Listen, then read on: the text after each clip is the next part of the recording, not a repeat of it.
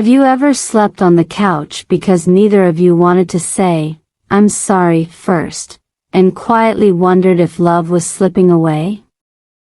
In this real English story practice, I'll take you inside my life in the United States, the pressure, the silence, the ego, and the one simple sentence that changed everything. Stay with me. The night on the couch.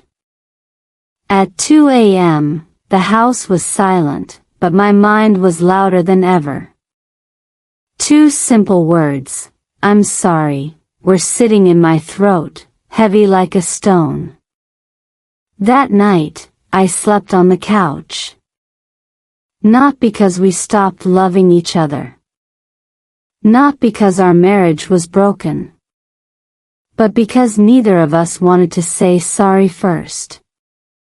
And sometimes, that is all it takes to create a distance that feels bigger than the entire United States. From the outside, our life in America looked stable. I had a full-time job. We paid rent on time. Our child was adjusting to school. We had weekend routines like any ordinary family living the American dream. But life in the US is not just about dreams. It is about pressure. The bills arrive every month without emotion. Work schedules are strict. Winter feels long. Summer feels busy. You wake up early, commute, perform, come home exhausted, and then try to be patient, loving, and understanding. That evening, the argument started small. It was about something ordinary: money, responsibilities, timing. In marriage, ordinary topics often carry hidden stress. My wife said I had not been listening lately. I responded quickly, too quickly. My tone was sharper than I realized. In English, there is a simple sentence: it's not what you say, it's how you say it. That sentence describes the entire fight. When two tired people speak, their words carry more than meaning. They carry stress. Living and working in the United States as immigrants adds another layer. You want to succeed. You want to prove the move was worth it. You want stability for your family. When something small goes wrong, your brain reacts as if everything is at risk. Psychology explains this clearly. Under stress, the nervous system activates a defensive response. Your heart rate increases. Your voice becomes louder. Your ability to listen decreases. Researchers call this emotional flooding. In that state, you are not trying to understand. You are trying to protect yourself. In the kitchen that night, the air felt tight. She crossed her arms. I avoided eye contact. The conversation stopped suddenly. Silence entered the room like a wall between us. Silence is powerful. In English, people say, the silent treatment. It sounds almost light, but it is not. Silence can feel heavier than shouting. We cleaned the kitchen without speaking. The television played in the background, but no one watched it. Our child sensed something different, even though we said nothing. Around 11 p.m., she went to the bedroom without saying goodnight. I stayed in the living room. My pride felt strong. A voice inside me repeated, "I didn't start this." That sentence felt logical, almost justified. But it did not feel peaceful. Marriage is interesting. Winning an argument can feel good for 5 minutes. Losing emotional connection can hurt for days. Yet the brain prefers short-term victory. It protects ego before intimacy. I lay down on the couch. At first, it felt dramatic, like a scene from a movie. I thought maybe she would come out and speak first. She did not. The refrigerator hummed quietly. A car drove past outside. The house felt unfamiliar, even though it was ours. On that couch, I realized the real issue was not the topic of the argument. It was fear. Fear of appearing weak. Fear of being the first to give in. In many cultures, apologizing first can feel like surrender. But living in America has taught me something different. Here, direct communication is respected. Taking responsibility is seen as maturity. 2 simple words repeated in my head: I'm sorry. Basic English. Beginner level vocabulary. But emotionally, it felt advanced. In real English story practice, we often focus on grammar, pronunciation, and listening skills. That night, I understood that simple English can hold deep power. Relationship research shows that couples who repair conflicts quickly have stronger long-term stability. Repair does not mean you were completely wrong. It means you value connection more than pride. It means you are willing to move first. At midnight, I was still awake. The couch was uncomfortable. My back started to ache. But the discomfort in my chest was stronger.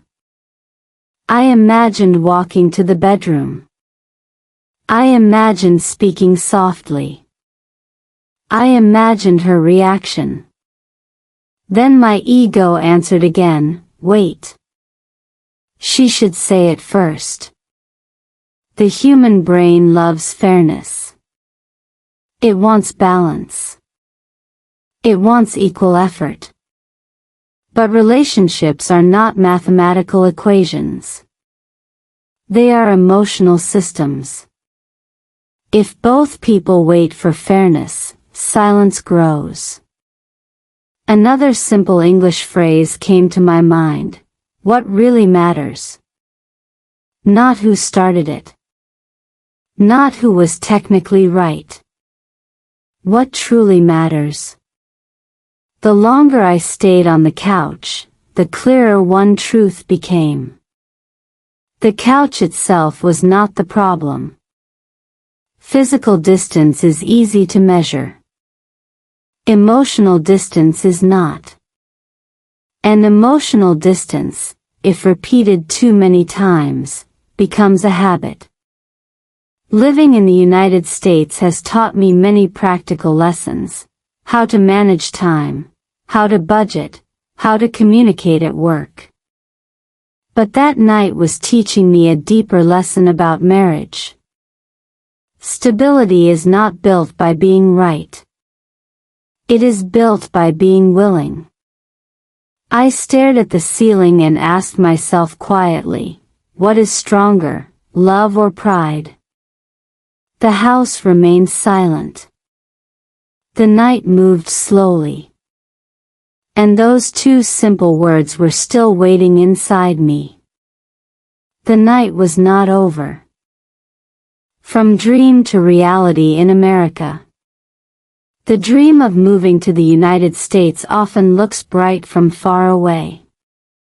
Clean streets. Organized systems. Opportunity everywhere. That was the picture in my mind before I arrived. But dreams are wide-angle photos. Reality is close-up. And close up, you see the cracks, the effort, the pressure that no one posts on social media. When we first landed in America, everything felt new. The air smelled different. The sky seemed bigger. Even the silence in suburban neighborhoods felt unfamiliar.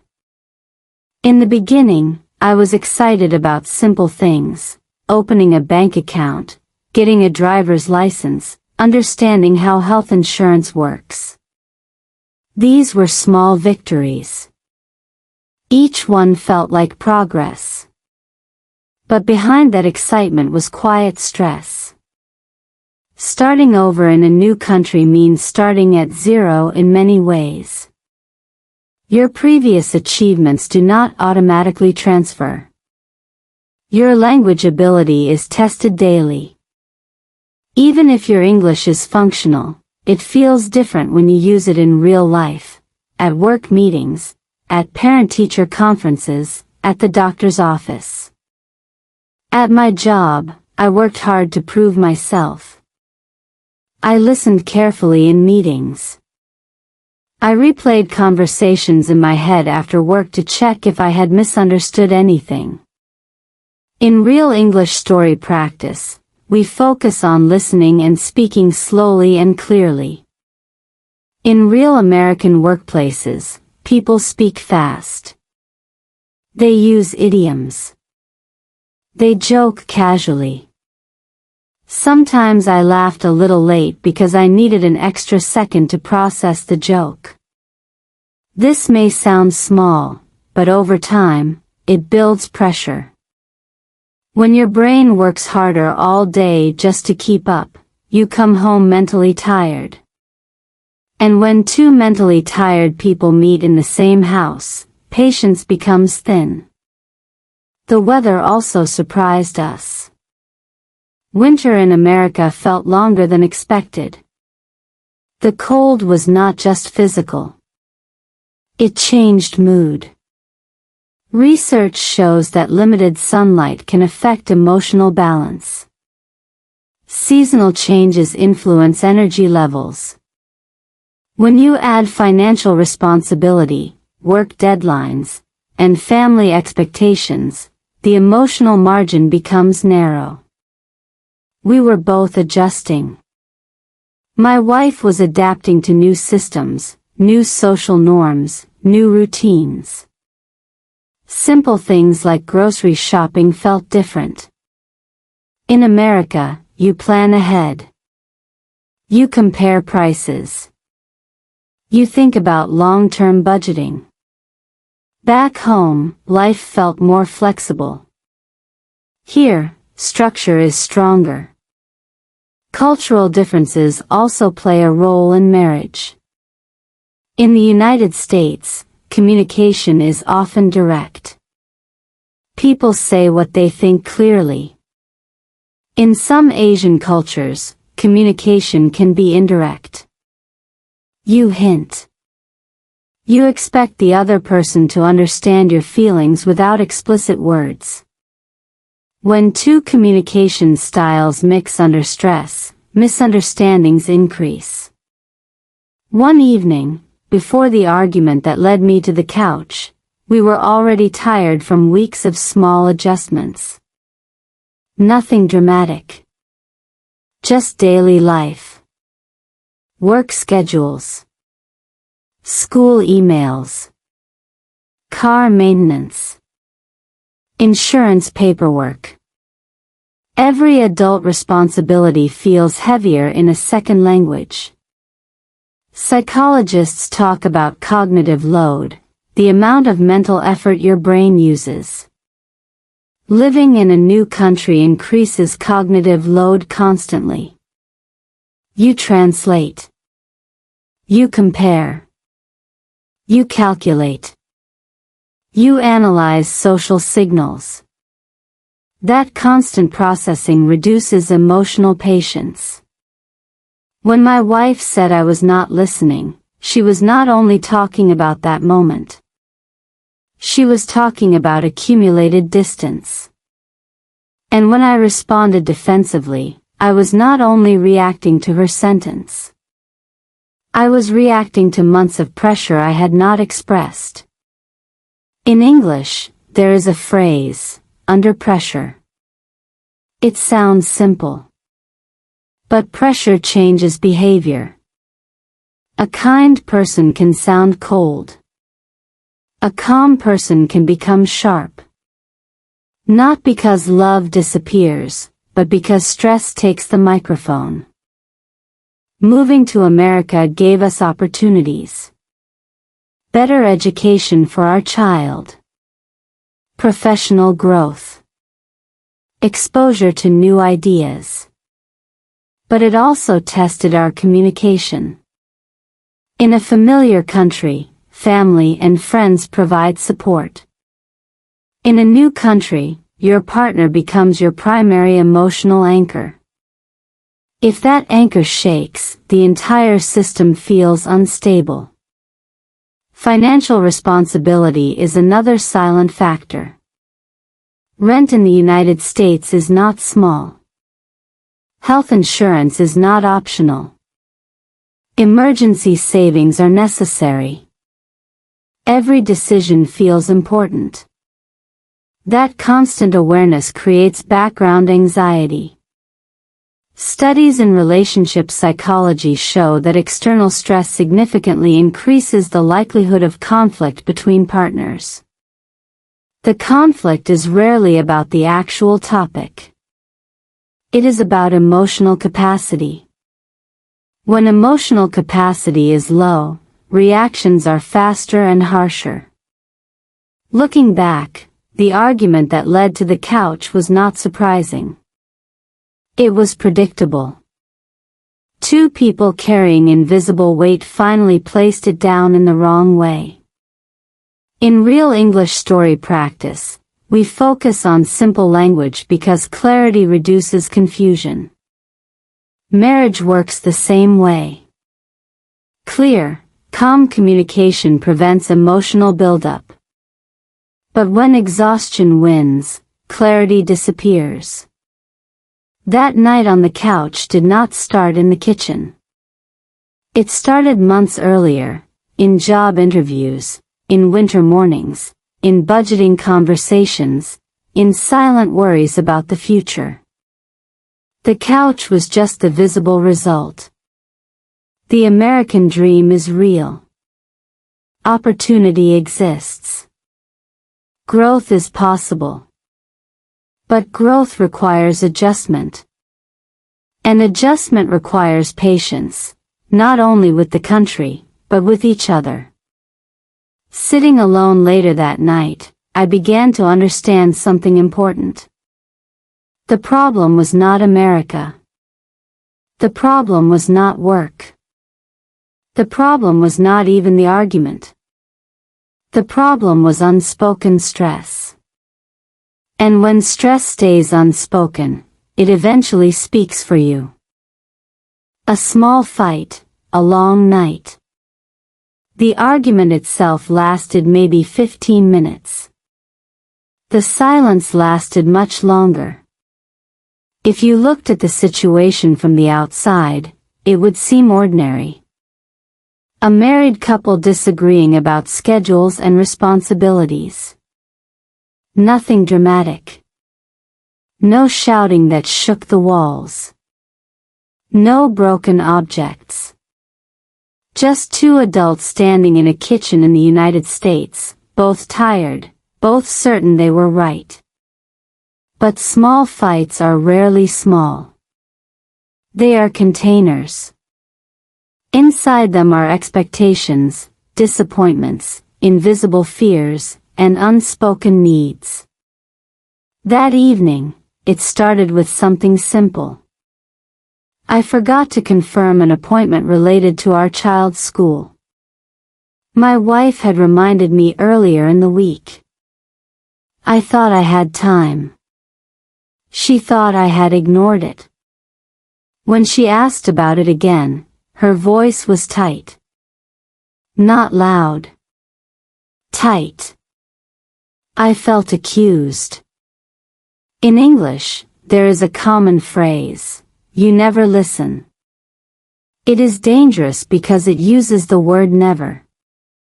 Absolute words increase defensiveness. When she said something close to that, my brain stopped hearing the details. It heard only one message: you failed. Defensiveness is immediate. Research in relationship psychology shows that when people feel criticized, the brain activates a threat response similar to physical danger. Your heart rate rises. Your muscles tense. Listening becomes secondary to self-protection. I responded quickly. I said I was busy. I said I had too many things to handle. I said she did not understand how stressful work had been. My sentences were not completely wrong. But they were not gentle either. She replied that she was also tired. That she also carried responsibility. That she also adjusted to life in America every single day. Her eyes were not angry. They were hurt. And here is where small fights become long nights. Instead of pausing, we both explained more. When two people explain at the same time, no one feels heard. The conversation becomes parallel monologues. Each person waits for the other to stop speaking so they can continue defending themselves. There is a simple English sentence that could have changed everything: help me understand. That sentence invites connection. But in the heat of the moment, we do not search for connection. We search for validation. Living and working in the United States had increased our daily pressure. That pressure made our reactions sharper. Studies show that chronic stress lowers emotional regulation. In simple terms, stress makes it harder to stay calm. When she said, "You don't take this seriously," something inside me reacted strongly. I do take it seriously. I work hard. I try my best. My identity felt challenged. Identity is powerful. When you move to a new country, especially America, you rebuild your identity. You want to be seen as capable, responsible, reliable. When someone close questions that, even gently, it feels bigger than the moment. My voice became colder. Not louder. Colder. Cold tone is more damaging than loud tone. Loudness shows loss of control. Coldness shows emotional withdrawal. And emotional withdrawal creates distance faster than shouting. She crossed her arms. I looked at my phone. That small physical movement, looking at the phone, communicated something stronger than words. It said, "I am done." In communication theory, nonverbal signals carry more emotional weight than actual sentences. Body language, eye contact, posture, they all speak. That night, our bodies spoke louder than our voices. The argument did not explode. It froze. And freezing is dangerous because it feels calm, but it is not resolved. It is paused pain. Our child was in the next room. We lowered our volume. We acted controlled. But emotional energy does not disappear. It lingers in the room. After a few final sentences, she said quietly, "Forget it." That phrase is rarely literal. It does not mean forget it. It means I am hurt and I do not feel safe continuing this. I replied, "Fine. Another small word. Another heavy meaning. Fine in English can mean many things. That night, it meant I refused to soften. She walked toward the bedroom. I stayed in the living room. The physical separation felt symbolic. Two spaces. Two minds. One unresolved conflict. The interesting part is this: neither of us believed the marriage was in danger. Neither of us stopped loving the other. But in that moment, love felt distant. Small fights are rarely about the topic. They are about accumulated tension. About unmet emotional needs. About exhaustion that has no outlet.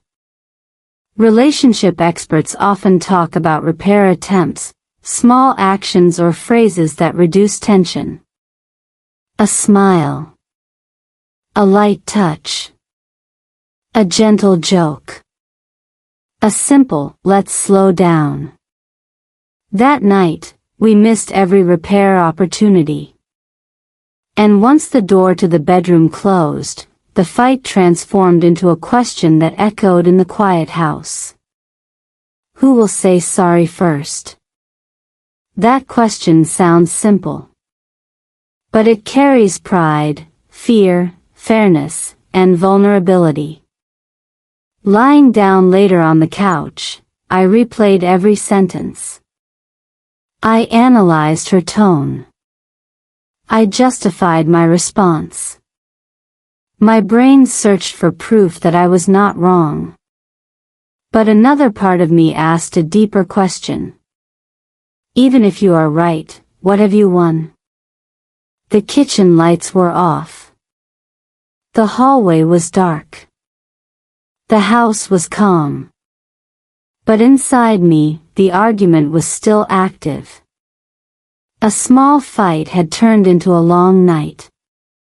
And the silence was only beginning. Ego versus love. Pride is quiet, but it is powerful. It does not shout. It whispers. It tells you to wait.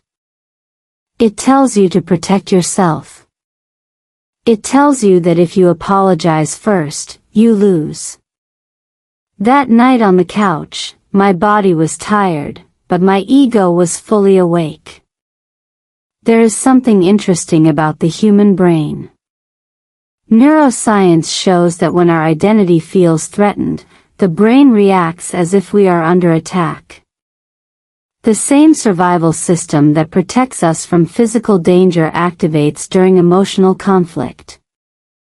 In simple words, when your partner criticizes you, your brain hears danger.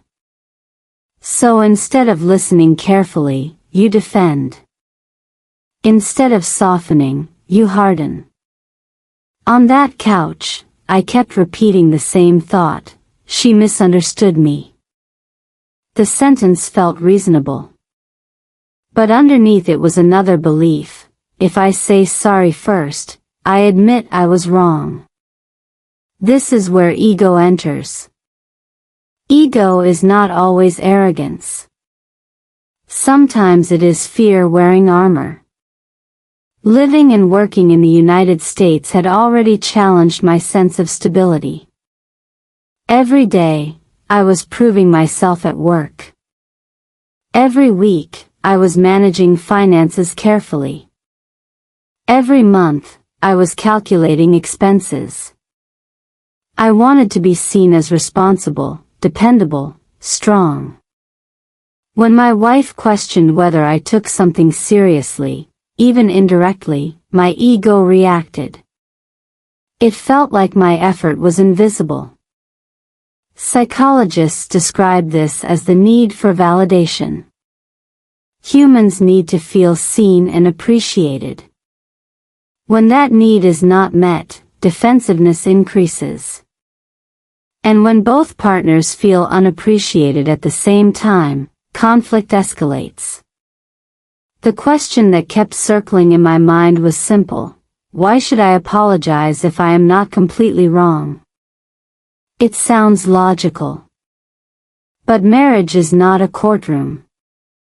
It is not about evidence. It is about connection.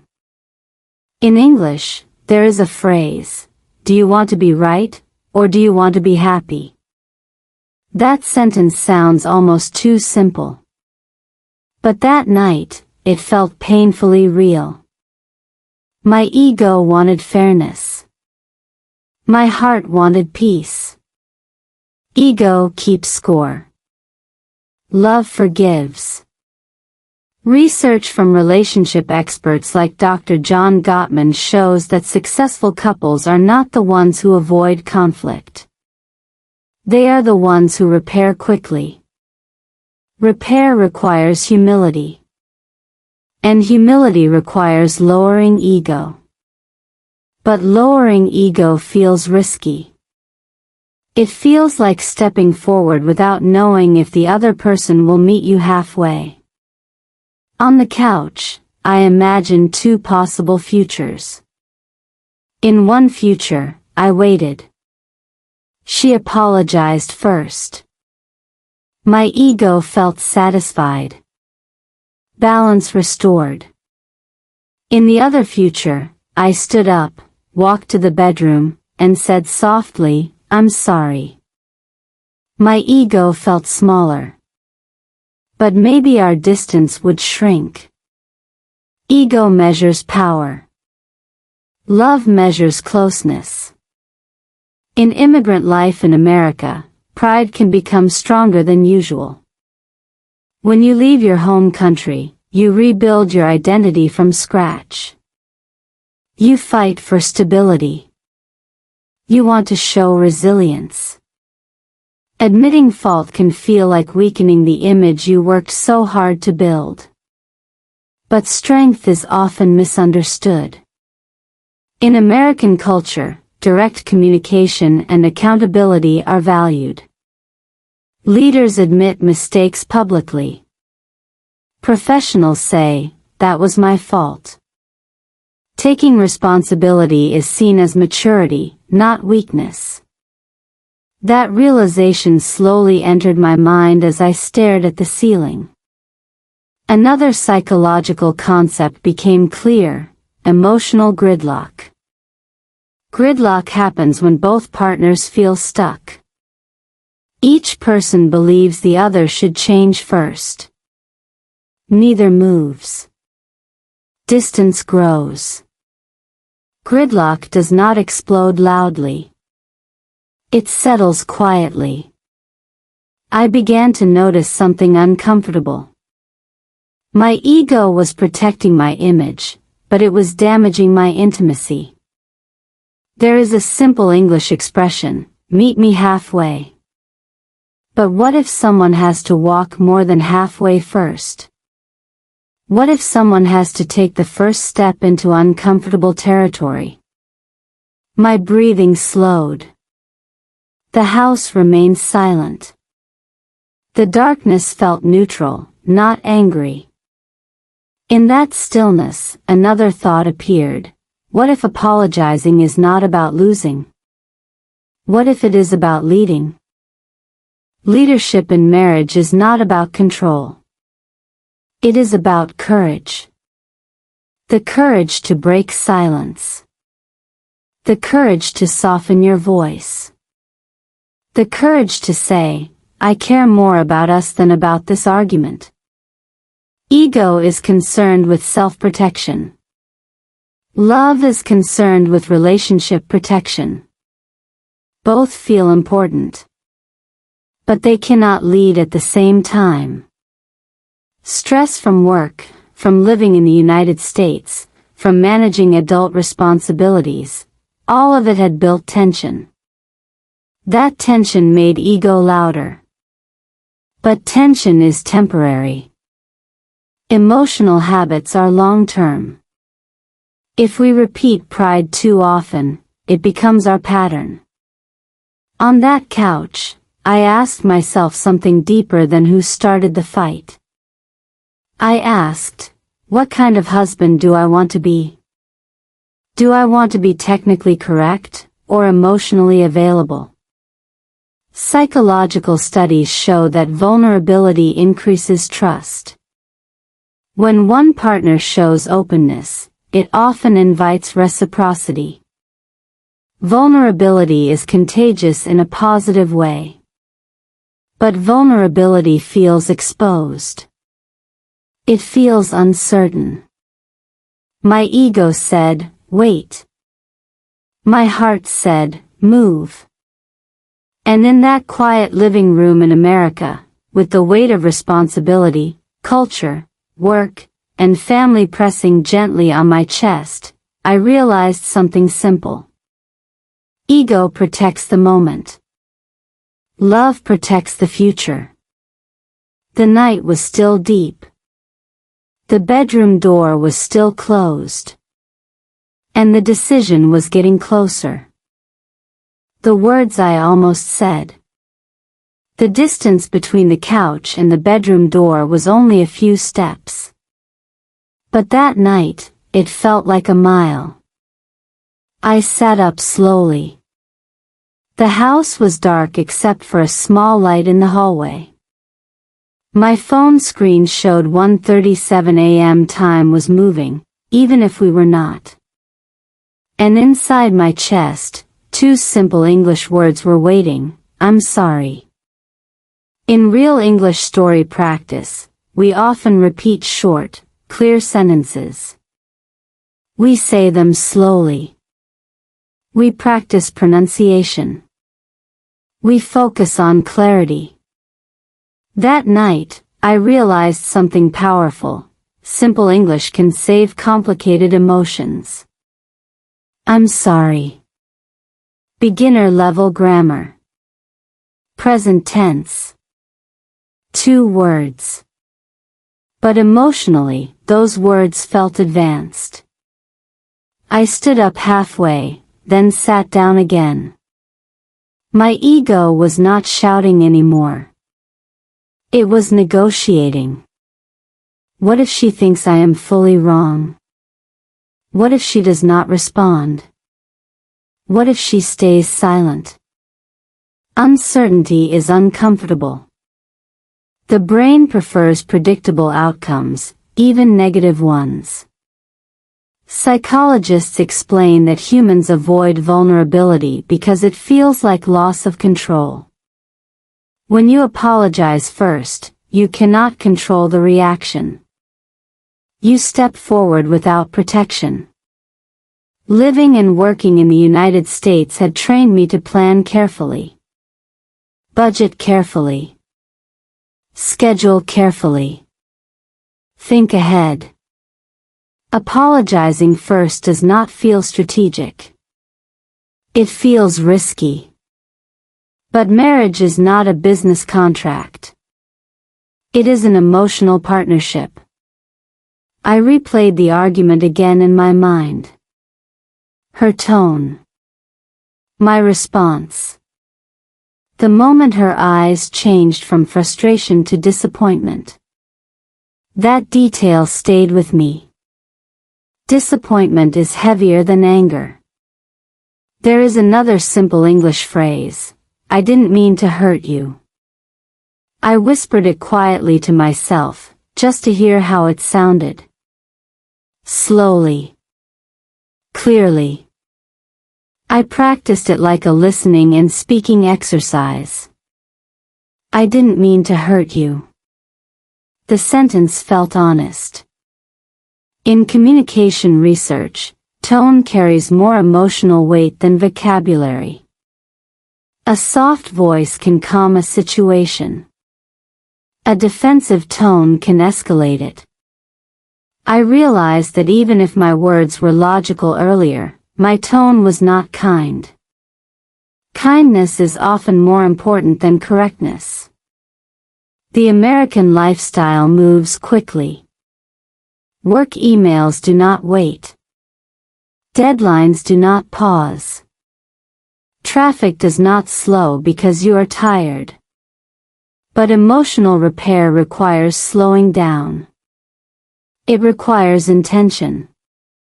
I walked toward the hallway. Each step felt deliberate. My heart was beating faster, but not from anger, from anticipation. Another thought entered my mind. What example am I setting for my child? Children learn conflict resolution by observation.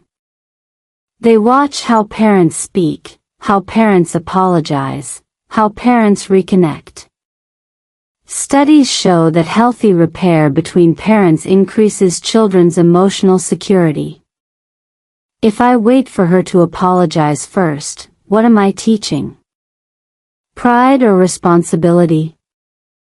I reached the bedroom door. My hand touched the handle. I stopped again. There is a phrase in English, swallow your pride. It means letting go of ego for something more important. The image is interesting. Pride feels large until you decide to make it small. I inhaled slowly. Breathing deeply activates the parasympathetic nervous system. It calms the body.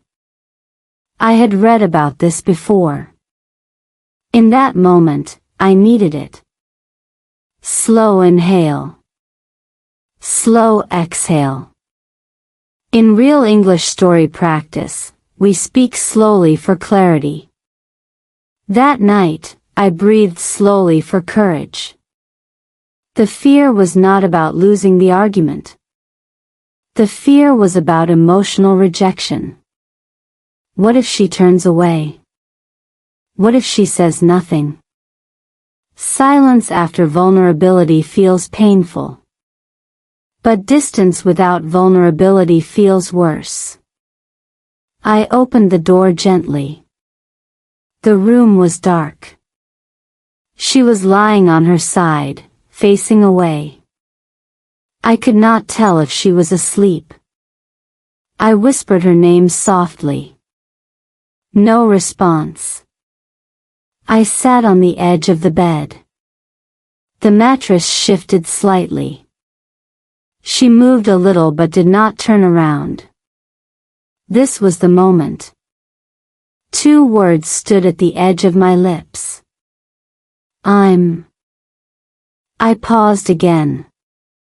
My ego made one final attempt. Wait until morning. It will be easier. Let time solve it.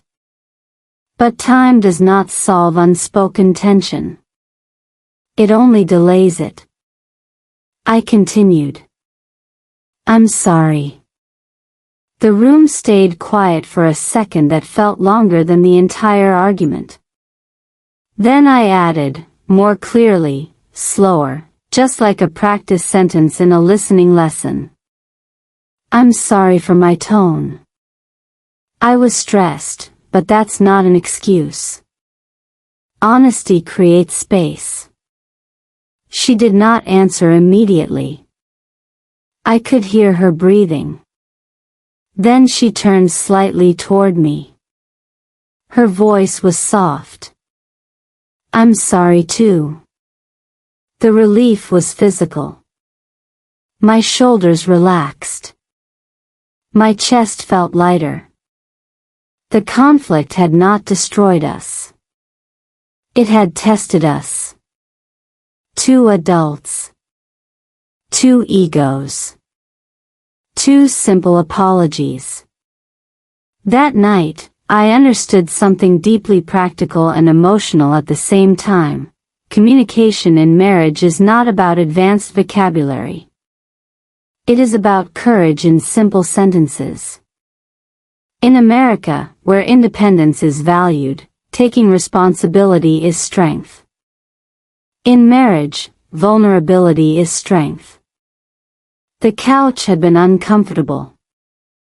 But staying silent would have been worse. As I lay down beside her, the house felt different. Not because the problem disappeared, but because connection returned. And in that quiet room, after a long night, I realized something that would shape the rest of our journey. Sometimes the bravest English sentence you will ever say is only 2 words long. I'm sorry. Marriage in America is different. The morning after the couch felt quieter, but lighter. Sunlight came through the kitchen window in that soft American suburban way, calm, almost neutral, as if the night before had never happened. Coffee brewed. The refrigerator hummed again. Our child walked into the kitchen asking about breakfast like nothing dramatic had occurred. Life continued. But something inside me had shifted. Living in the United States changes many things: your schedule, your habits, your expectations. It also slowly reshapes how you see marriage. Back home, I grew up watching couples avoid direct confrontation. Problems were sometimes handled indirectly.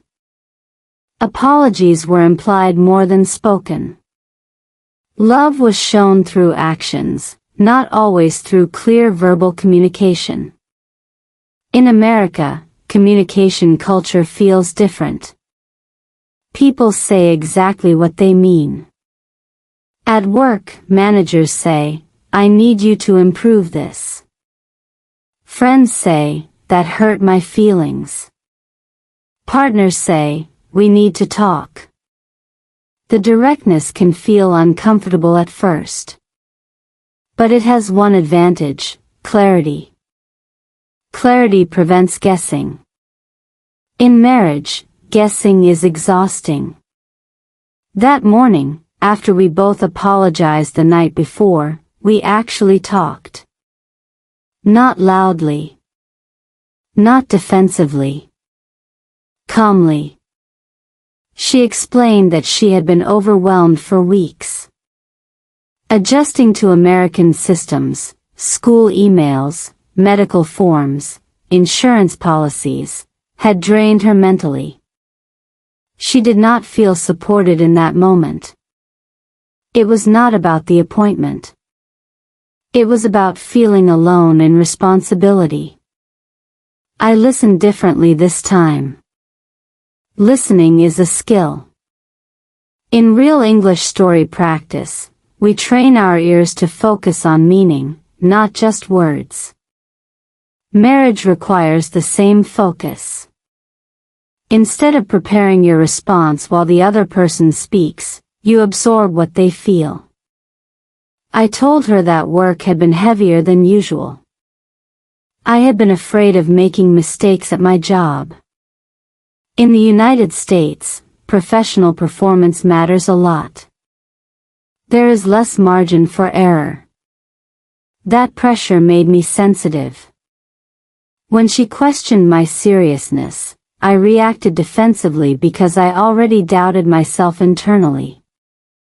That was the real conversation we should have had the night before. Psychologists call this underlying vulnerability.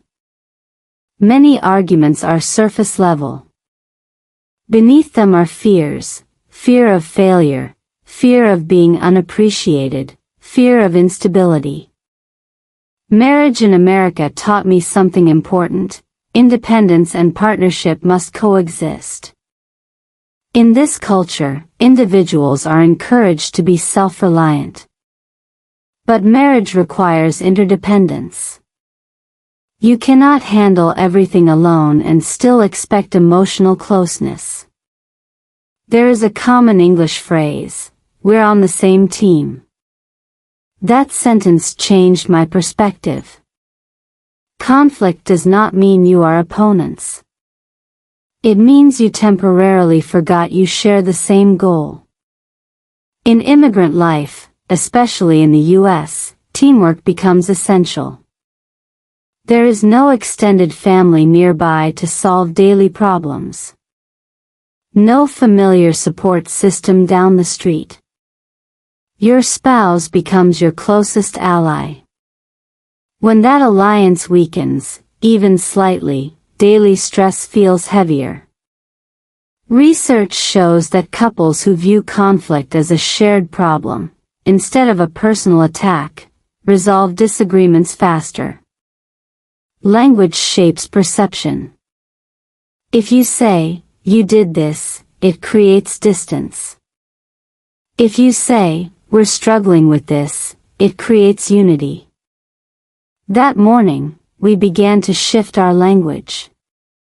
Instead of saying, "You forgot," we said, "We need a better system."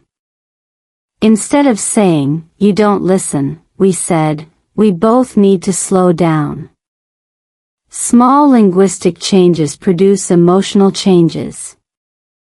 Another difference I noticed in American culture is openness about therapy and counseling. Seeking professional help is normalized. Mental health conversations are common. This influenced how I viewed conflict. Problems are not signs of failure. They are opportunities for adjustment. Marriage is not a static achievement. It is a living system. Living in the United States accelerated our growth because challenges arrived quickly. Financial planning, career development, parenting in a new education system, cultural adaptation. Every area required communication. And communication requires humility. That night on the couch taught me that apologizing first is not weakness in American culture. It is leadership. It signals maturity. It says, "I care more about progress than pride." The positive message I want to share through this real English story practice is simple: growth often hides inside discomfort. The couch was uncomfortable. The argument was uncomfortable. But without that discomfort, we might not have had the deeper conversation the next morning. In America, success is often measured by career milestones, promotions, income, stability. But personal success, especially in marriage, is measured by emotional repair. You will have disagreements. You will misunderstand each other. Cultural stress will amplify small issues. But if you can return to simple, honest communication, connection strengthens. That morning, while we prepared breakfast together, there was no dramatic music. No grand speech. Just cooperation. Passing the coffee. Packing lunch. Sharing responsibility. Normal moments became meaningful. Marriage in America is different not because love is different, but because independence is strong. If independence becomes isolation, distance grows. If independence combines with teamwork, strength multiplies. As I drove to work later that day, I realized something quietly powerful. The night on the couch was not a sign of failure. It was a lesson in leadership. And leadership in marriage begins with simple words, spoken at the right time, with a calm heart. Silence in the kitchen. The kitchen looked ordinary that morning. Same wooden table. Same two chairs facing each other. Same coffee mugs. But silence changes the atmosphere of a room faster than furniture ever could. After the apology the night before, you might expect everything to feel completely resolved. But real life does not transform overnight. Even after, "I'm sorry," and "I'm sorry too," there is a fragile space, a quiet rebuilding. That morning, we moved carefully around each other. She poured coffee. I took out bread. Our child asked about school. We answered normally. On the surface, everything seemed stable. But under the surface, we were both aware of the emotional bruise from the previous night. Silence is interesting. It can mean anger. It can mean reflection. It can mean caution. That morning, it meant adjustment. In real English story practice, silence is part of listening. When someone speaks, you pause. You allow the sentence to settle. In marriage, silence can also be space to think before reacting. But there are two types of silence: protective silence and destructive silence. Protective silence gives room for calm. Destructive silence builds walls. As I buttered the toast, I noticed how easily we could slip back into the old pattern. Avoid eye contact. Keep conversations practical. Talk only about logistics, school times, grocery lists, bills. No emotions. That kind of communication feels safe, but it slowly reduces intimacy. Psychology research calls this emotional withdrawal. When conflict feels uncomfortable, partners sometimes reduce emotional sharing to avoid future arguments. But long-term emotional withdrawal decreases relationship satisfaction. Standing in that American kitchen, I realized we were at a quiet crossroads. We had apologized. That was step one.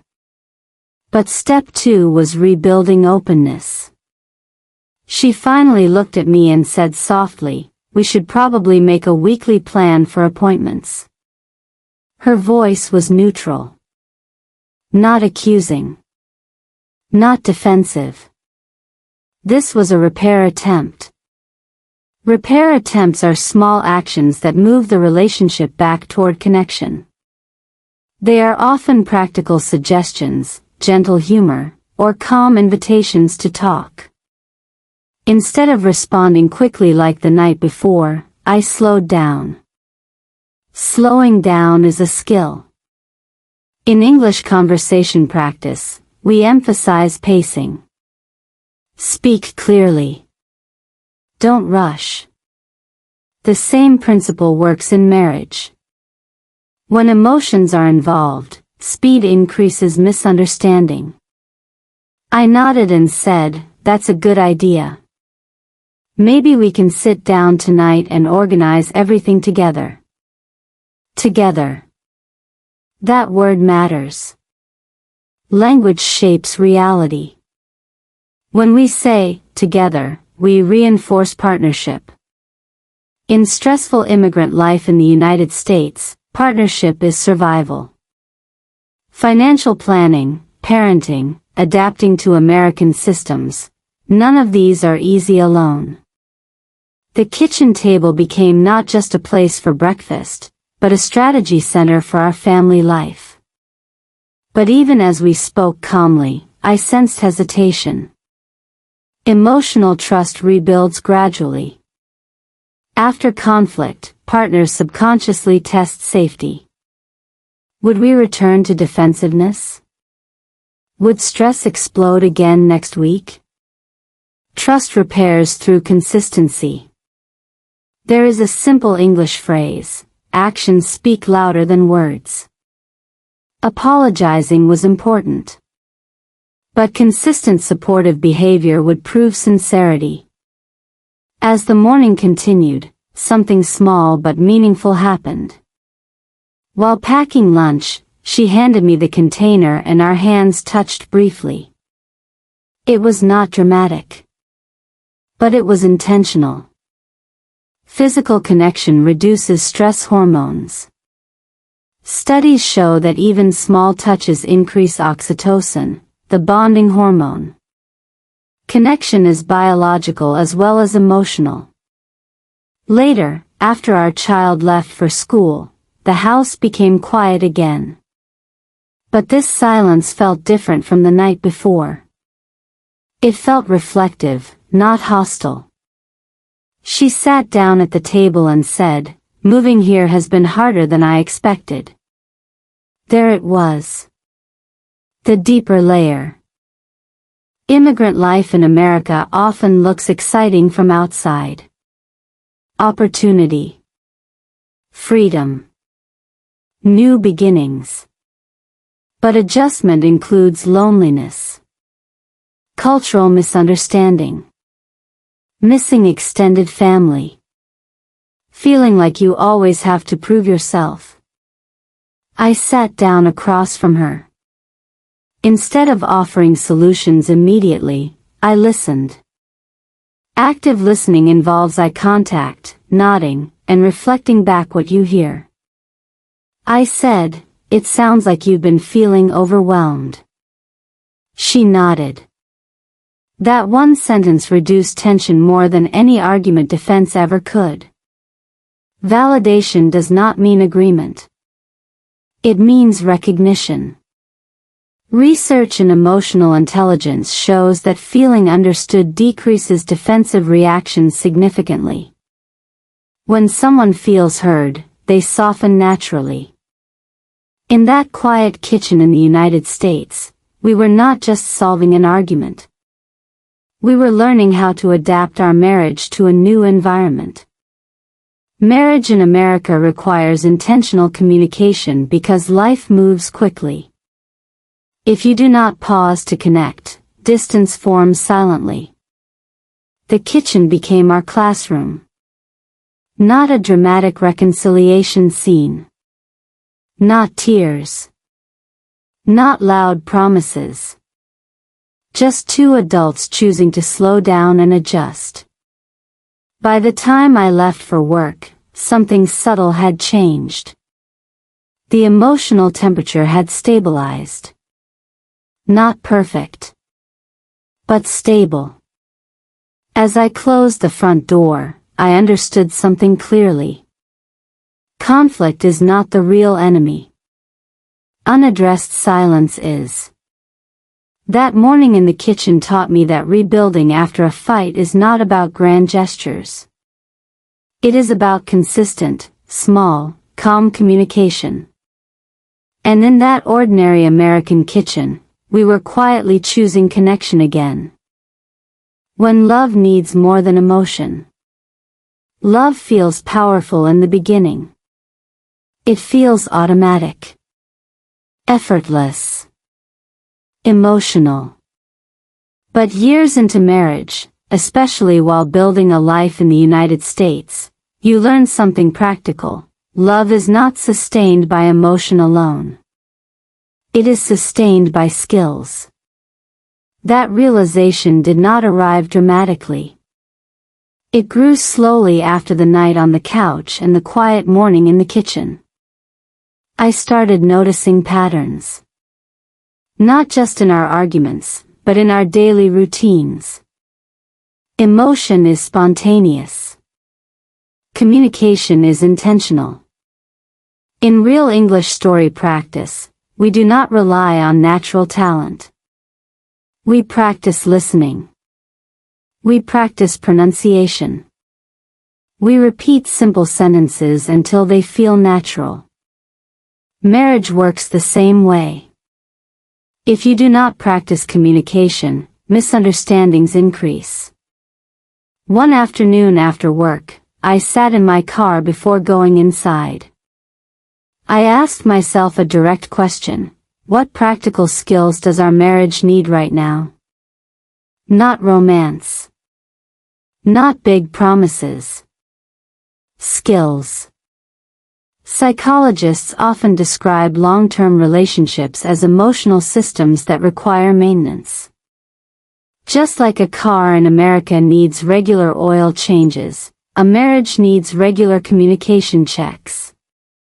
The first skill I realized we needed was emotional check-ins. Life in the US moves fast. Work schedules are structured. School calendars are strict. Bills arrive on time every month. It is easy to talk only about logistics. But if you only discuss tasks, you slowly stop discussing feelings. So we created a simple habit. Once a week, after our child went to sleep, we sat at the kitchen table and asked each other one question: how are you really doing? Not, how was work? Not, did you pay the bill? But, how are you really doing? The difference is small in vocabulary, but large in meaning. That sentence invites honesty. The second skill we worked on was slowing down conflict. Research in relationship psychology shows that when heart rate rises above a certain level during an argument, productive conversation decreases dramatically. In simple words, when you are emotionally flooded, logic disappears.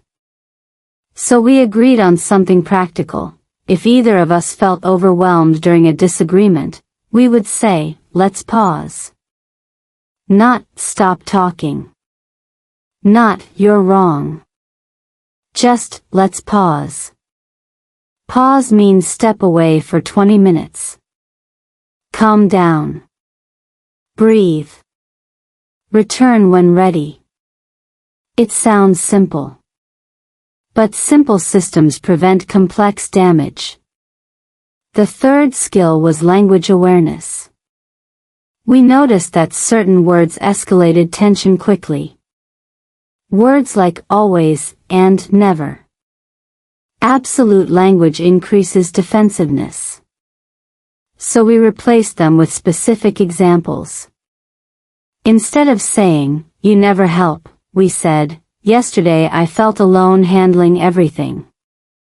Specific language invites discussion. General accusations invite conflict. Living in America also taught me the importance of appreciation. In many American workplaces, positive feedback is given openly. Great job. I appreciate your effort. That culture of acknowledgement influenced me. I realized that at home, appreciation had become silent. We assumed effort was understood. But unspoken gratitude can feel invisible. So we began expressing small appreciation daily. Thank you for handling the school email. I noticed you stayed up late finishing that project. I appreciate how patient you were today. Gratitude reduces resentment. Another principle we learned is shared responsibility. Immigrant life requires teamwork. There is no nearby extended family to absorb stress. No grandparents next door to help spontaneously. So division of responsibility must be clear. Clarity reduces blame. We made a simple list of weekly tasks. Not to control each other, but to avoid confusion. Confusion leads to assumptions. Assumptions lead to frustration. All of these adjustments sound practical. They are. Love needs structure when life becomes demanding. But structure does not reduce emotion. It protects it. One evening during our weekly check-in, she said something that stayed with me. I don't need perfection. I just need partnership. That sentence summarized everything. Partnership means shared weight. Shared planning. Shared listening. In real English story practice, we repeat simple conversations slowly. Marriage also benefits from simple repetition, checking in, appreciating, pausing, clarifying. Living and working in the United States challenged us. Financial pressure. Cultural adjustment. Parenting in a new system. But those challenges forced growth. Without pressure, we might have stayed comfortable and silent.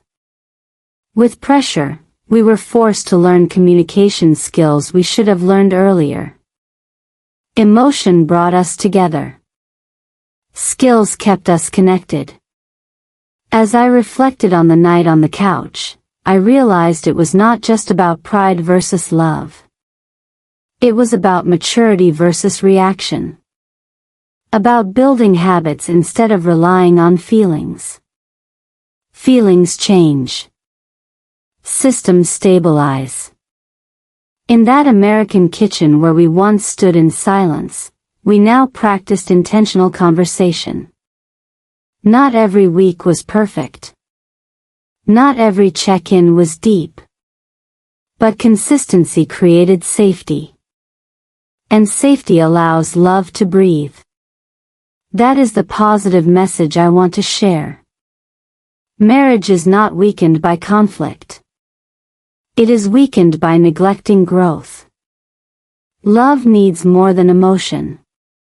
It needs practice. Just like language. A question from my child.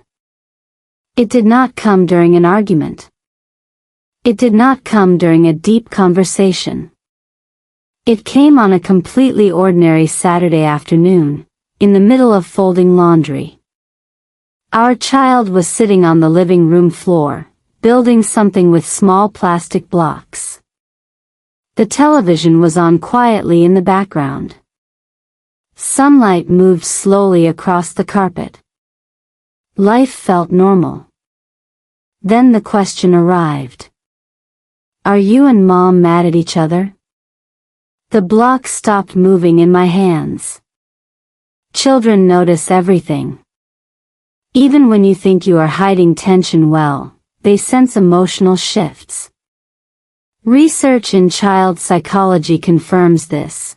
Children are highly sensitive to changes in parental tone, posture, and interaction patterns. They may not understand the details, but they understand energy. I looked at my child and asked calmly, "Why do you ask that?" The answer was simple. Because you were quiet last night. Quiet. Not shouting. Not fighting. Just quiet. That word hit me harder than the argument itself. In real English story practice, we pay attention to simple vocabulary because simple words often carry deep meaning. Quiet is one of those words. It can mean peaceful. It can also mean distant. Children interpret silence differently. For them, silence between parents can signal instability. Even if the conflict was short, the emotional signal lingers. At that moment, I realized something important. Our arguments are not private events. They are environmental experiences. Living in the United States already involves many changes for a child: new school system, new friends, new cultural norms. Stability at home becomes even more critical. Psychological studies show that when children witness healthy conflict resolution, including apologies and reconnection, their emotional security increases. But when they witness unresolved tension or prolonged silence, anxiety rises. The question from my child was not accusing. It was concerned. And concern from a child is a powerful mirror. I sat down on the floor and answered honestly, but calmly. Sometimes adults disagree. But we always work it out. That sentence was intentional. Always. Consistency matters. Later that evening, after our child went to bed, I shared the question with my wife. We both became quiet again, but this time in reflection, not tension. The night on the couch had felt like a private struggle between pride and love. But now I saw it differently. It was also a leadership moment. Not just as a husband, but as a father. Children learn emotional habits by observation. If they see pride dominate connection, they internalize that pattern. If they see humility restore closeness, they internalize that instead. In American culture, emotional expression is often encouraged. Schools teach children to label feelings. Parents are encouraged to validate emotions. That cultural influence began reshaping how we handled our own disagreements. Instead of hiding conflict completely, we chose a balanced approach. We did not argue loudly in front of our child. But when appropriate, we allowed them to see reconciliation. One evening, after a minor disagreement and a quick apology, I intentionally said in front of our child, "Mom and I talked about it. We understand each other better now." That statement reinforces emotional safety. Research shows that secure family environments are not conflict-free. They are repair-focused. Repair is the key word. Repair does not erase disagreement. It restores connection. The question from my child also forced me to examine my own emotional maturity. Why had it been so difficult to say sorry first that night? What example was I setting about pride? Living in the United States has many visible challenges: financial planning, career development, cultural adaptation. But one invisible challenge is modeling emotional intelligence in a new environment. Immigrant families often carry extra stress. Parents feel pressure to succeed. That pressure can unintentionally reduce emotional availability at home. I did not want stress to become our family language. That Saturday afternoon became a turning point. Instead of viewing the couch incident as a private marital lesson, I began seeing it as a family lesson. Every choice I make, to apologize, to listen, to soften, teaches something. In English, there is a simple phrase: lead by example. Leadership at work involves strategy. Leadership at home involves humility. My child's question was short, direct, honest. Are you and Mom mad at each other? It revealed how visible our emotional distance had been. And it reminded me of something deeper. Marriage is not only about two adults managing conflict. It is about creating emotional stability for the next generation. That realization added weight, but also clarity. The next time pride tries to delay an apology, I will remember that question. Because sometimes the most powerful motivation to grow does not come from your partner. It comes from a small voice on the living room floor, asking if everything is okay. The shift that changes everything. There comes a moment in every English learner's journey when something shifts. It's not about grammar rules. It's not about vocabulary lists. It's not even about accent perfection. It's about confidence. This is the turning point where English listening practice transforms into real communication. Where memorized phrases become natural speech.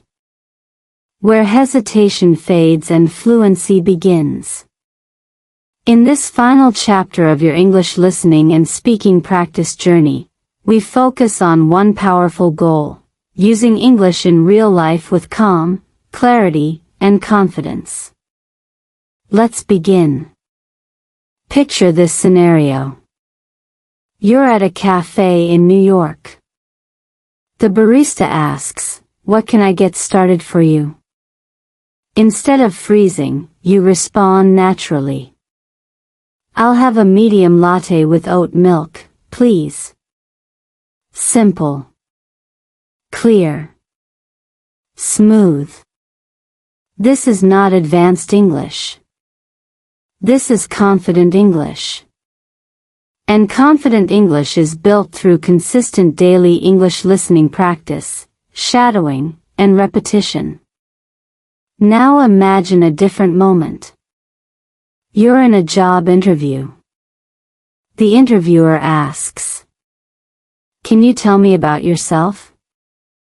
Instead of translating in your head, you answer, "I'm a marketing assistant with 3 years of experience in digital campaigns. I enjoy analyzing data and creating content that connects with people."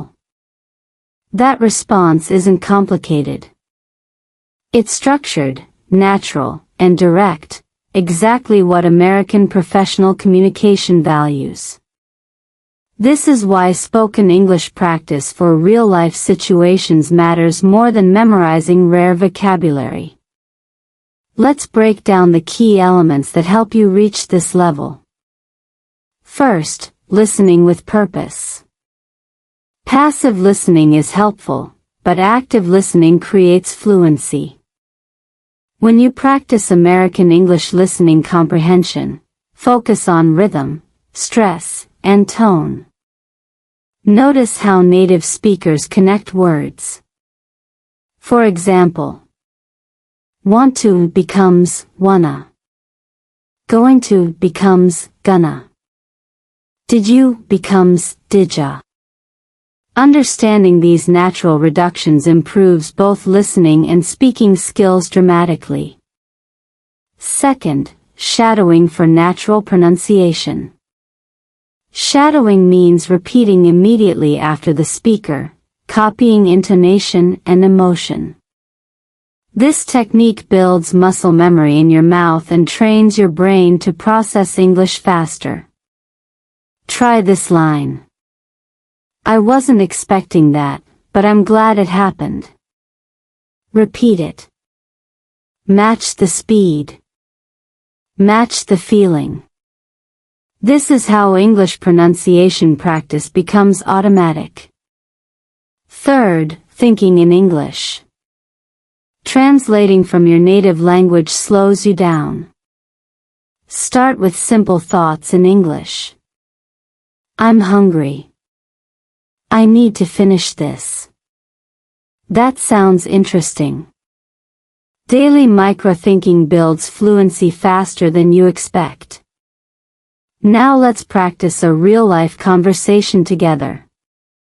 Situation: meeting someone new at a networking event. Person A: "Hi, I don't think we've met yet. I'm Daniel." You: "Nice to meet you, Daniel. I'm Lynn." Person A: "What do you do?"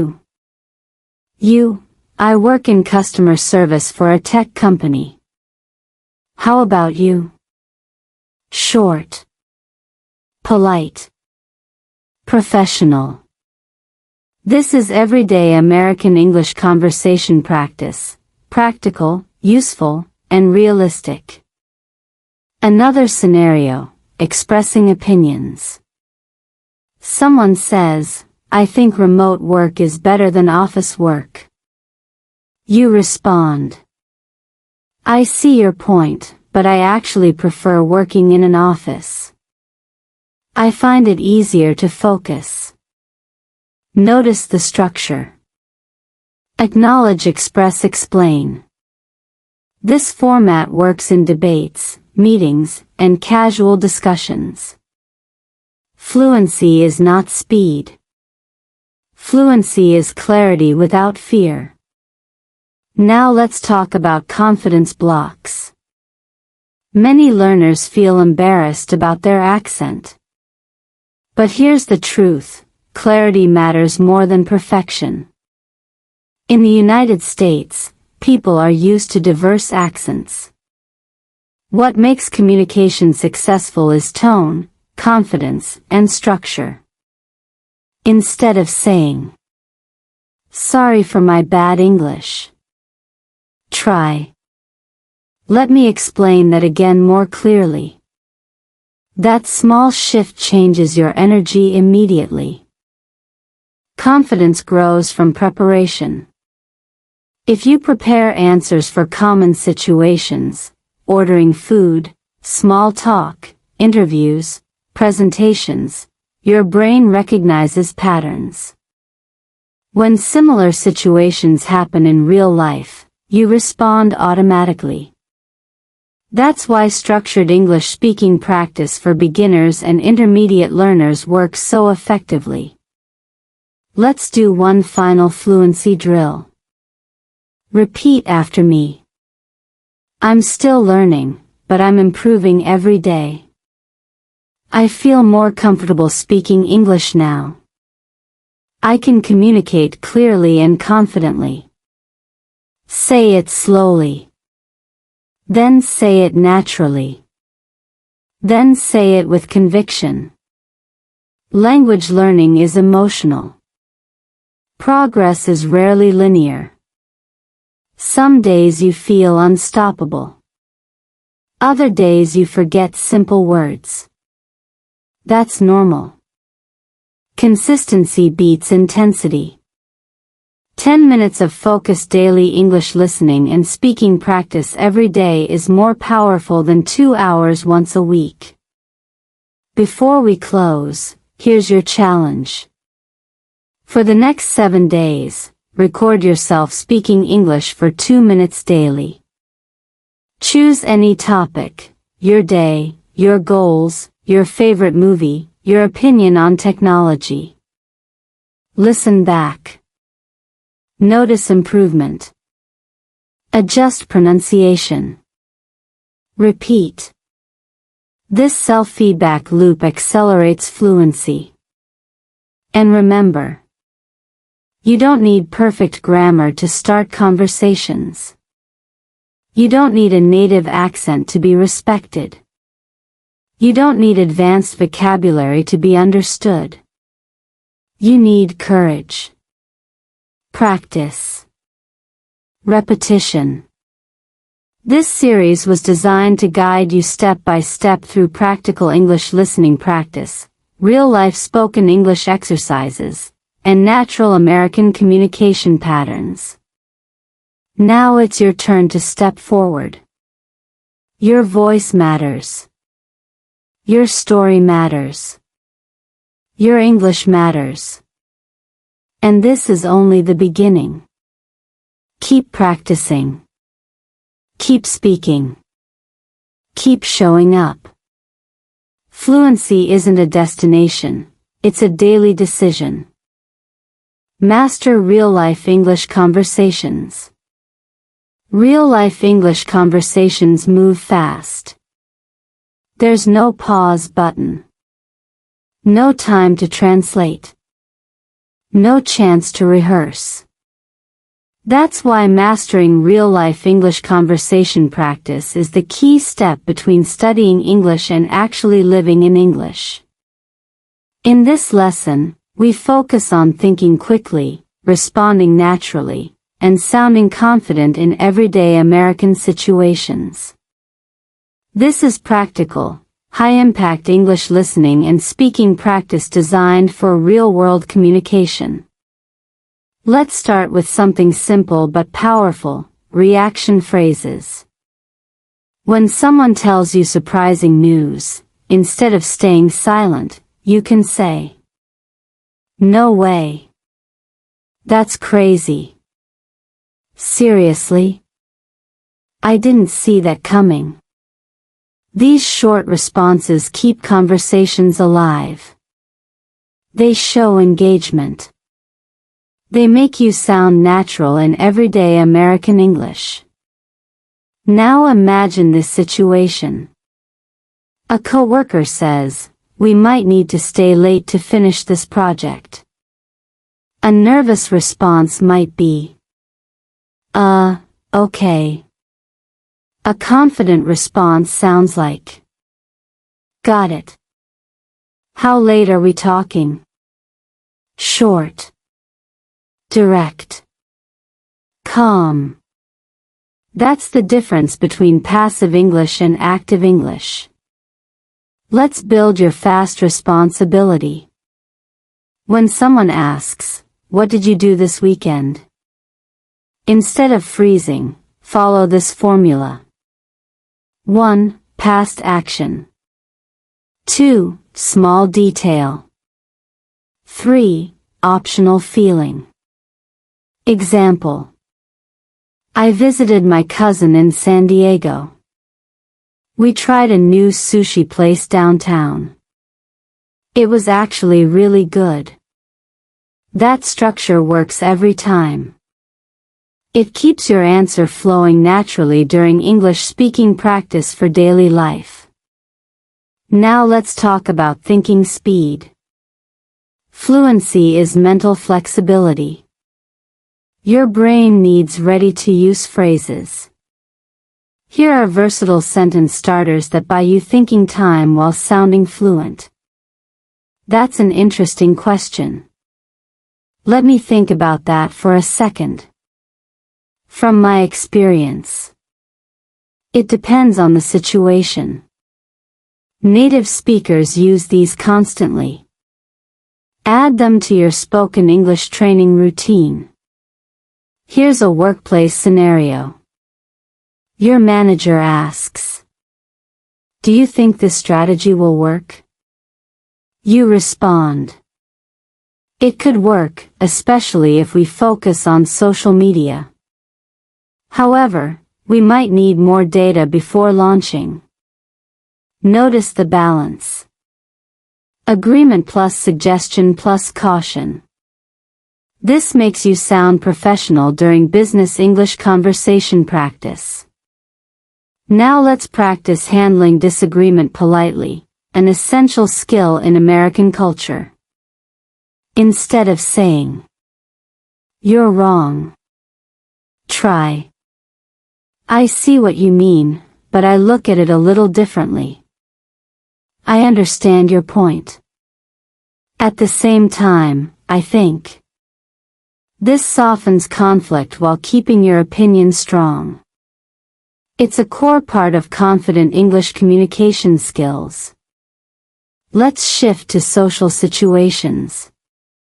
At a party, someone says, "So, how do you know the host?" You can respond, "We actually worked together a few years ago. What about you?" Always return the question.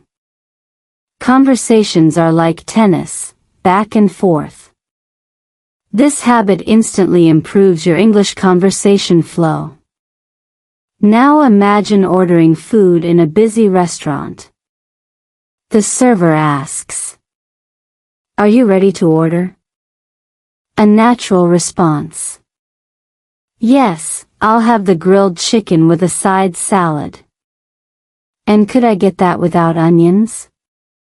Clear request. Polite tone. No apology needed. Confidence in these small interactions builds long-term fluency. Let's talk about filler words. In American English, small fillers make speech sound natural. Well, honestly, actually, basically. Used moderately, they make your speech feel less robotic and more conversational, perfect for improving natural English speaking skills. Now let's practice a spontaneous opinion response. Question. Do you think social media has a positive impact on society? Quick structured answer. I think it has both positive and negative effects. On one hand, it connects people globally. On the other hand, it can increase stress and comparison. Balanced. Organized. Fluent. This approach works beautifully in interviews, class discussions, and casual debates. Next, handling misunderstandings. If you don't understand something, avoid silence. Say, "Sorry, could you repeat that? Do you mean? I just want to make sure I understood correctly." These phrases show confidence, not weakness. Clear communication is powerful. Let's address a common fear: speaking too slowly. In American communication culture, clarity matters more than speed. Speaking slightly slower with strong pronunciation is better than rushing with mistakes. Take a breath before answering. That half-second pause makes you sound thoughtful, not nervous. Now let's practice storytelling, a powerful fluency tool. When telling a short story, follow this simple structure. 1. Set the scene. 2. Describe the problem. 3. Explain the outcome. Example. Last week, I was driving to work when my car suddenly broke down. I had to call a tow truck and ended up being late. Thankfully, my boss was understanding. This format improves English storytelling skills and keeps listeners engaged. Fluency grows when you practice speaking out loud consistently. Try this exercise. Choose one daily event and explain it in English as if you're telling a friend. Focus on clarity, not perfection. Record yourself. Listen. Improve. That's how daily English speaking practice becomes transformation. Before we close, here's a powerful mindset shift. Mistakes are proof that you're communicating. Every correction makes you sharper. Every awkward moment builds resilience. Every conversation strengthens your confidence. English fluency is not about memorizing more words. It's about responding naturally under pressure. This series has guided you through structured English listening practice, realistic dialogues, pronunciation drills, and practical conversation patterns designed for American communication. Now it's time to apply it outside your comfort zone. Talk to a coworker. Ask a question in class.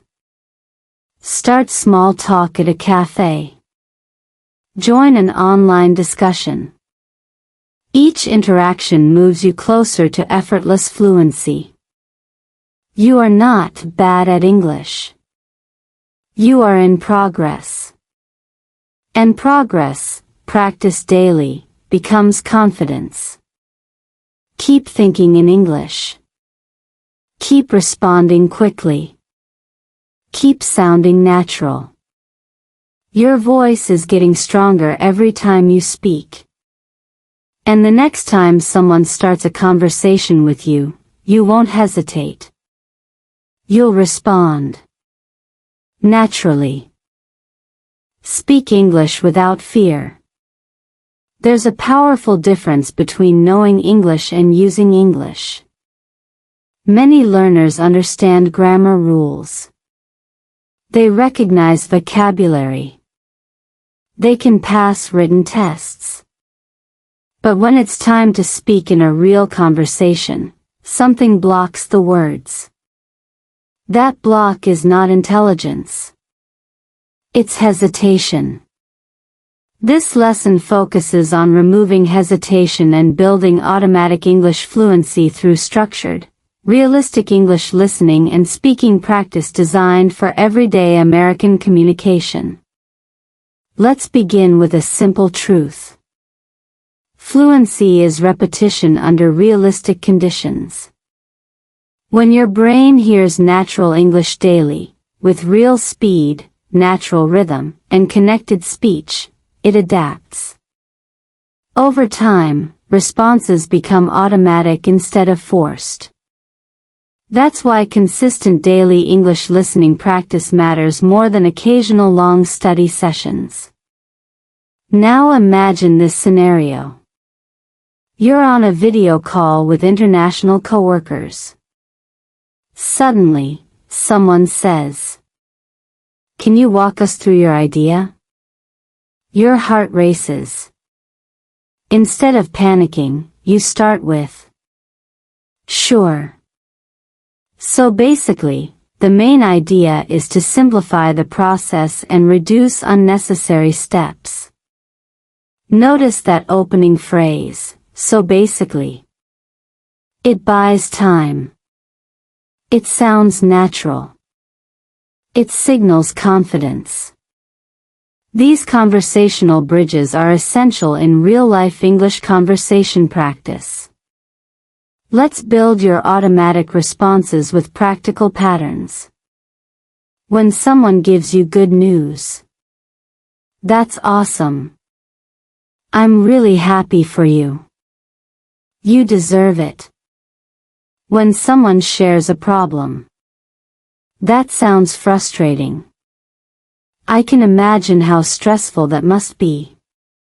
Is there anything I can do to help? Memorizing emotional response phrases improves your spoken English skills because conversations are emotional, not robotic. Now let's talk about speed. In American English, native speakers often link words together. What are you doing becomes whatcha doing. Let me know sounds like let me know. Kind of becomes kinda.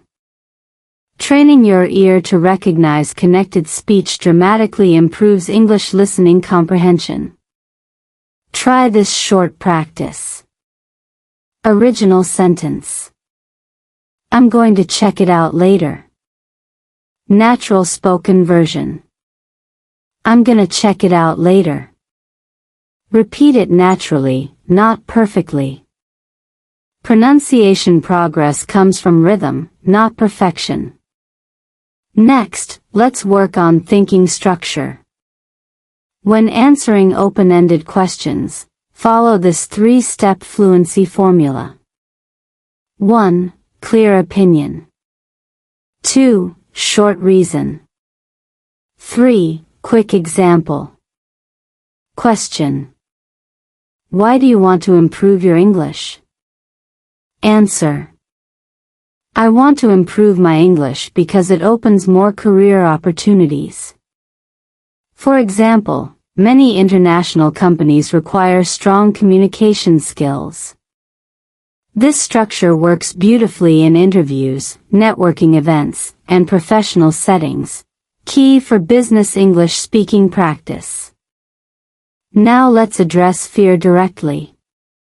Fear of mistake stops more learners than grammar confusion. But here's what actually happens in real American conversations. People focus on meaning, not minor errors. If your sentence is clear, communication succeeds.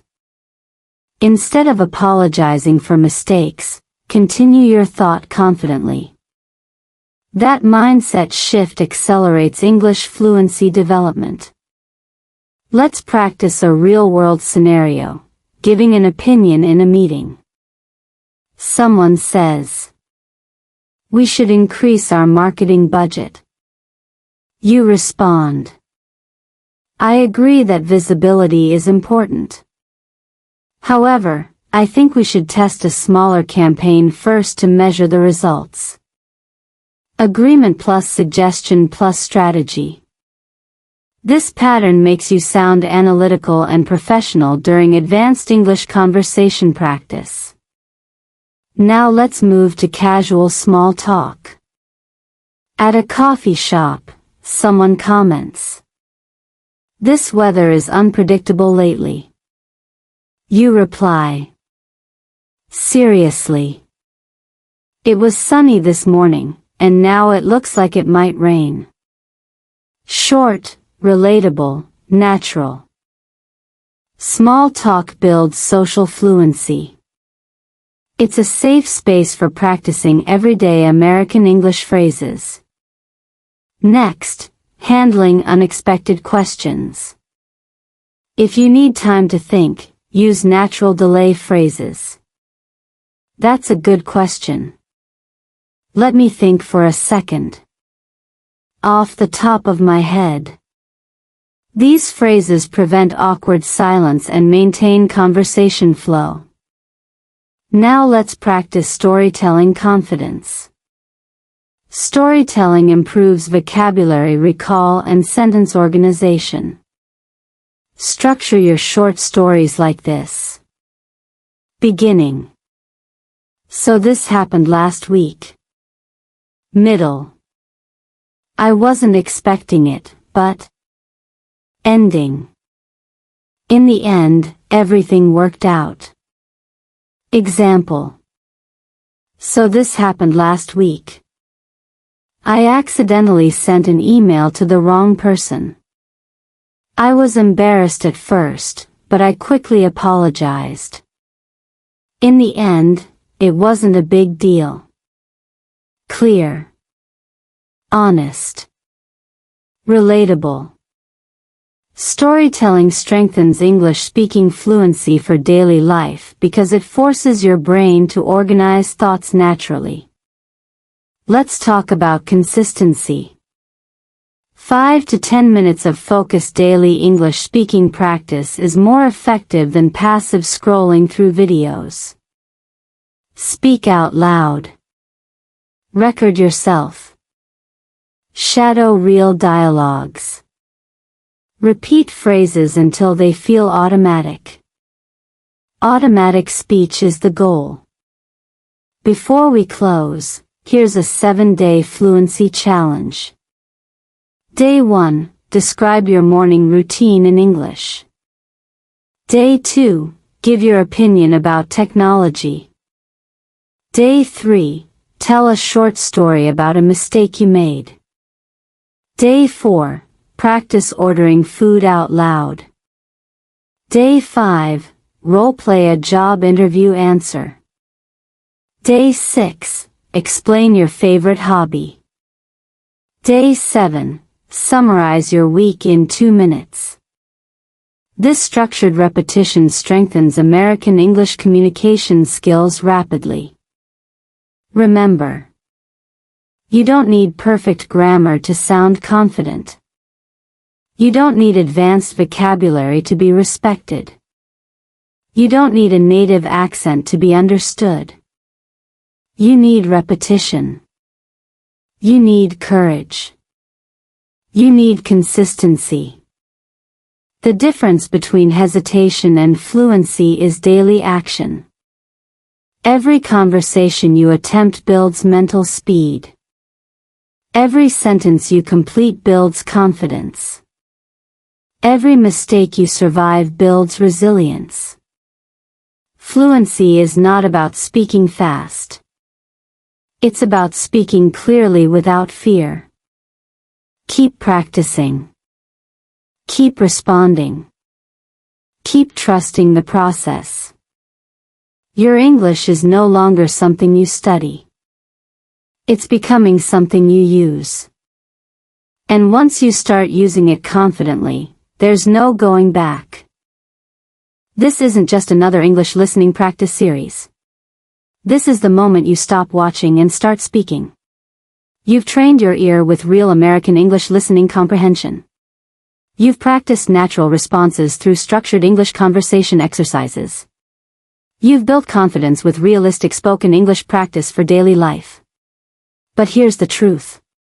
Fluency doesn't belong to the most talented. It belongs to the most consistent. Every time you press play, repeat a sentence, or practice shadowing, you are rewiring your brain for automatic English communication. That's not motivation. That's neuroscience. And if you've made it this far in the series, something inside you has already changed. You're not just learning English anymore. You're building a new voice. A stronger voice. A global voice. Imagine yourself 6 months from now. You walk into a job interview and answer confidently. You travel and order food without anxiety. You join a meeting and express your ideas clearly. You make friends from different countries and connect naturally. That version of you is not far away. It's built one day at a time through daily English listening and speaking practice. Most people quit because they wait to feel ready. But confidence comes after action, not before it. So here's your challenge. For the next 30 days, commit to just 10 minutes of focused English speaking practice every day. Repeat phrases out loud. Shadow the dialogues. Record yourself. Listen back. Improve one small detail at a time. Small daily progress creates unstoppable fluency. And here's something even more important. You are not behind. You are not too late. You are not bad at English. You are in progress. Every fluent English speaker you admire once struggled to form basic sentences. The only difference? They kept going. This channel exists for one purpose. To help you think in English, respond naturally, and speak without fear. If today's lesson helped you, don't let it end here. Subscribe now for more real-life English conversation practice, advanced American English listening training, pronunciation drills, and structured fluency exercises designed for 2026 global communication standards. New lessons are coming that will push your fluency even further. Faster response training. Real interview simulations. Advanced business English conversations. Natural slang and connected speech mastery. Confidence-building speaking challenges. Your transformation doesn't stop here. It accelerates. Hit the subscribe button. Turn on notifications so you never miss a new English listening and speaking practice lesson. Like this video to support the channel. And comment below. What situation makes you the most nervous when speaking English? Your answer might inspire the next lesson. Remember this. Fluency is not about perfection. It's about courage repeated daily. One sentence at a time. One conversation at a time. One confident moment at a time. And the next time someone speaks to you in English, you won't freeze. You won't translate. You won't doubt yourself. You'll respond. Naturally. Confidently. Fluently. This is your turning point. Stay consistent. Stay brave. Stay practicing. I'll see you in the next lesson.